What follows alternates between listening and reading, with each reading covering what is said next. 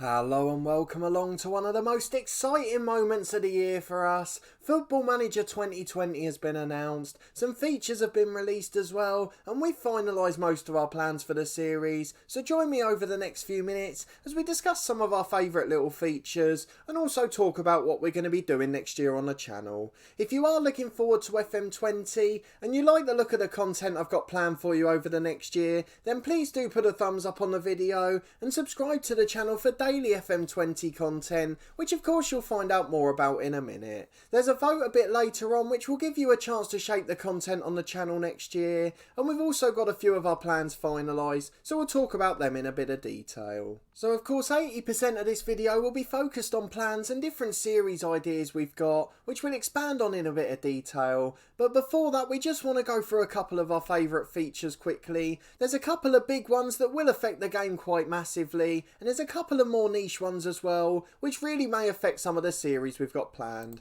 The headline one being, I guess, that elite teams now rotate more in lesser competitions. One that was talked about a few days ago. Wasn't one of the headline announcements. It's not a big change to the infrastructure of the game, but of course for us, particularly in a one club series where we're trying to move right from the bottom of the playable leagues all the way up to the top, we do like that little bit of help along the way, the chance to cause a cup shock or two, and of course once we do reach that Premier League level or whatever top league it may be, to see some of the top sides not prioritising the likes of the League Cup does give us a chance to go on a little bit of a run. So that's something I'm really looking forward to, and I hope that that plays out successfully, as I really think it could influence some of our saves, particularly of course our long-term series. Building a club up, that's always the perfect way to do it. A good cup run's always good for the finances, as well as getting the supporters on side. The main features that really appeal to us though, the playing time pathway is one that's been announced. If you haven't seen any of these features yet, then do go to the Football Manager website to check them out. The playing time pathway though is a really good incentive for young players, and particularly for backup goalkeepers too. It gives you more squad development options when choosing a player's contract, and allows you to break things down by years as well. So if you're signing a hot prospect to a 4-year deal, you can say they're going to be a hot prospect for the first year,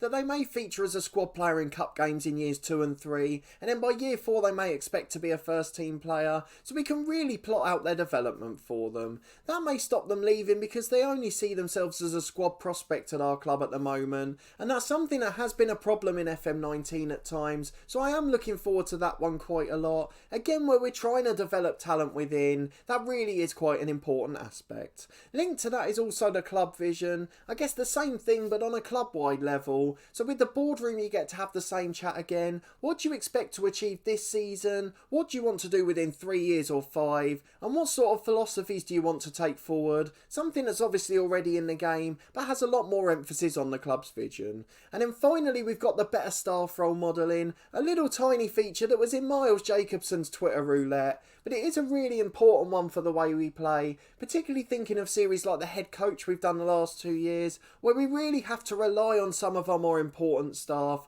and of course if they're fulfilling their roles effectively, that gives us a better chance of succeeding.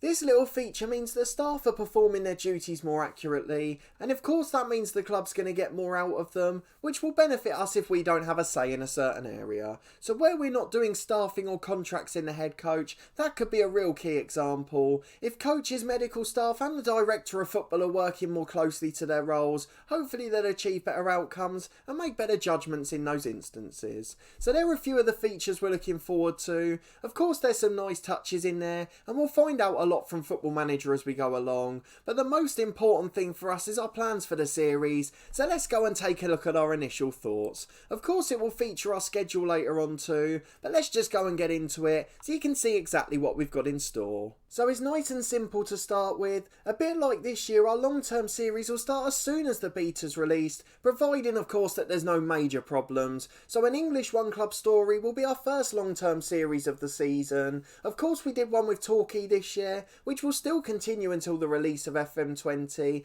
and I have got my club plan for this series, so keep your eyes peeled over the next few Saturdays, as we'll be announcing the clubs we're managing in all these saves. But it has been the style of series I've found most engaging throughout throughout my whole 15 years playing Football Manager, so I'm hoping we'll be able to do the same again this year. I know who I'm going to manage and I've done quite a bit of research, so hopefully you'll really be looking forward to that one, and we'll talk about it more in an episode in a couple of weeks. Then in addition to that, as soon as the beta's released, we'll also have an additional one season save, and I've already got my club lined up for that as well. I'll be talking about that in more detail next Saturday in the same slot, so do come and join me for that one as well, as it's one I'm particularly looking forward to, and I'm sure you'll notice a theme once we get started with it. Then instead of starting two long-term series at the same time, which of course is what we did with the head coach and part of the furniture last year, we're going to run them a little bit separately this season. So the English One Club story will be for the first 6 months, and then when the January transfer update's out, which is normally around March, we'll start to think about our second long-term save,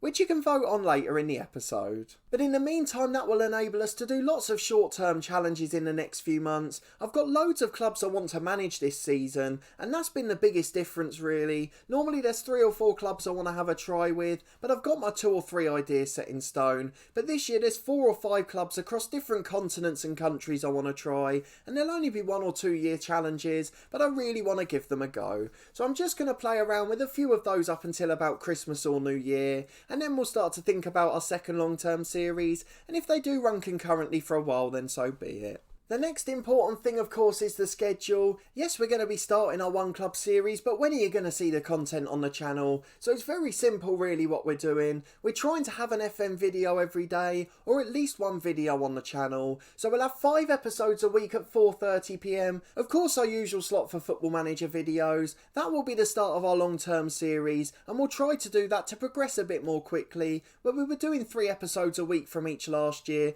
it just meant it was a little bit slower to take off.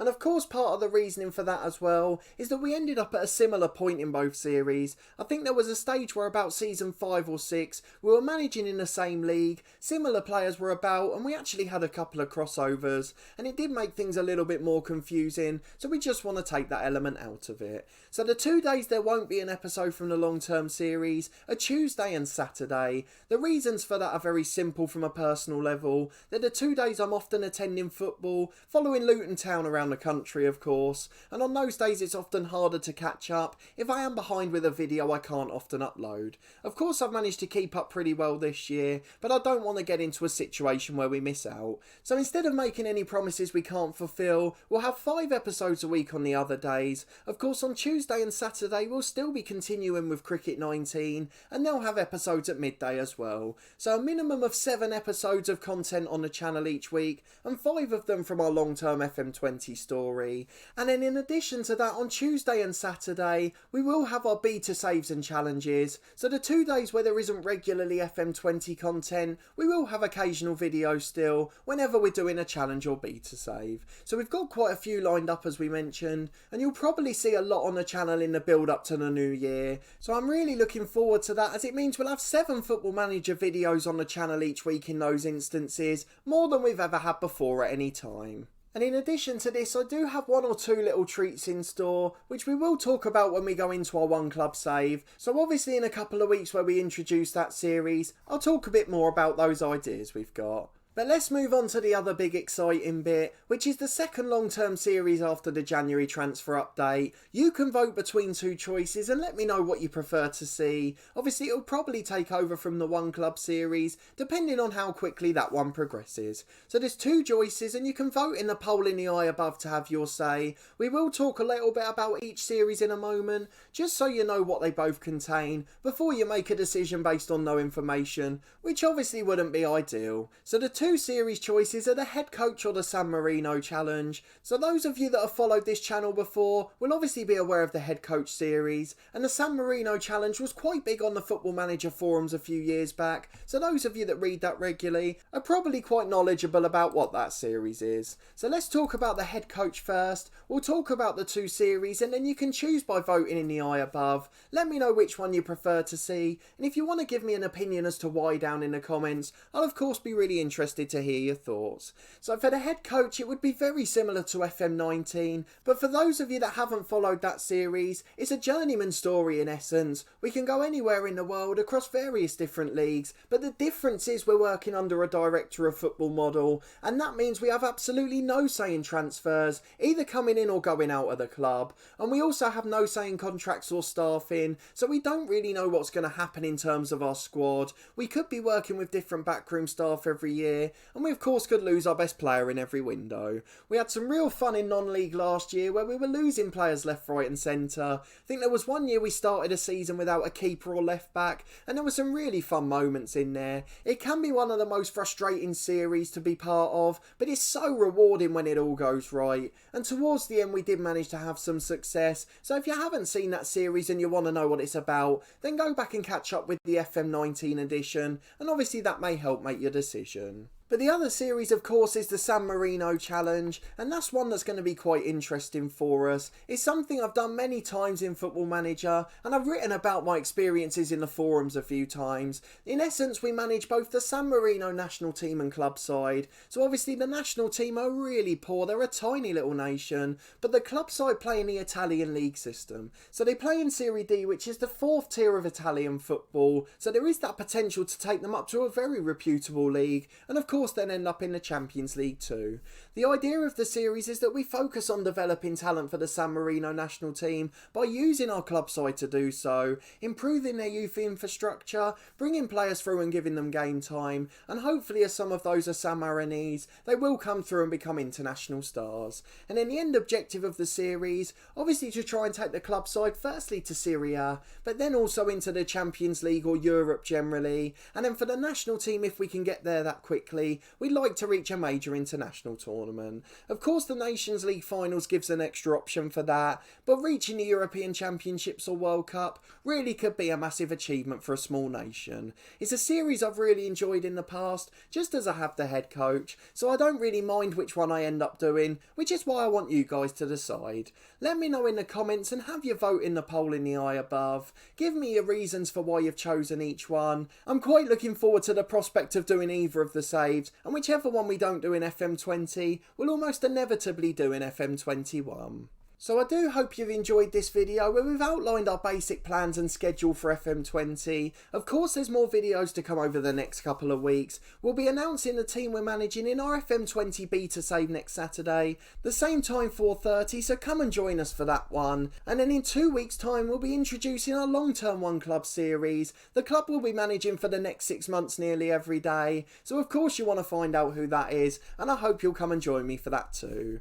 And then in 3 weeks time it'll be the last weekend before the beta's released, so we'll be back then with the results from the poll in this episode, and of course announce what our second long-term series will be. I'm really looking forward to FM20 and I hope you are too. If you did enjoy this video and the plans we've got in store, please put a thumbs up on the video. As I mentioned, if you liked anything you saw, or you are looking forward to any of the series, please do subscribe to the channel for daily FM20 content. We'll be making more Football Manager videos than ever before, and I really can't wait to get started. Don't forget to have your say and vote for your preferred save in the poll, and let me know your favourite new FM20 features in the comments. I've obviously mentioned a few of mine, but they're pretty biased in terms of the ones that affect my series, so I'm pretty interested to see what you think. Maybe I've missed quite a niche one that you're really looking forward to. But in the build up to FM20, as well as our videos on a Saturday afternoon like this one, we'll continue our FM19 series with Torquay United, as well as our Cricket 19 career, so do come along and check those ones out as well, to get a flavour for the type of content we make. But a massive thanks for watching this one and your continued support of the channel as always. I really do appreciate it, and I hope to see you next week as we announce our FM20 beta team, and then a week later as we announce our One Club save side.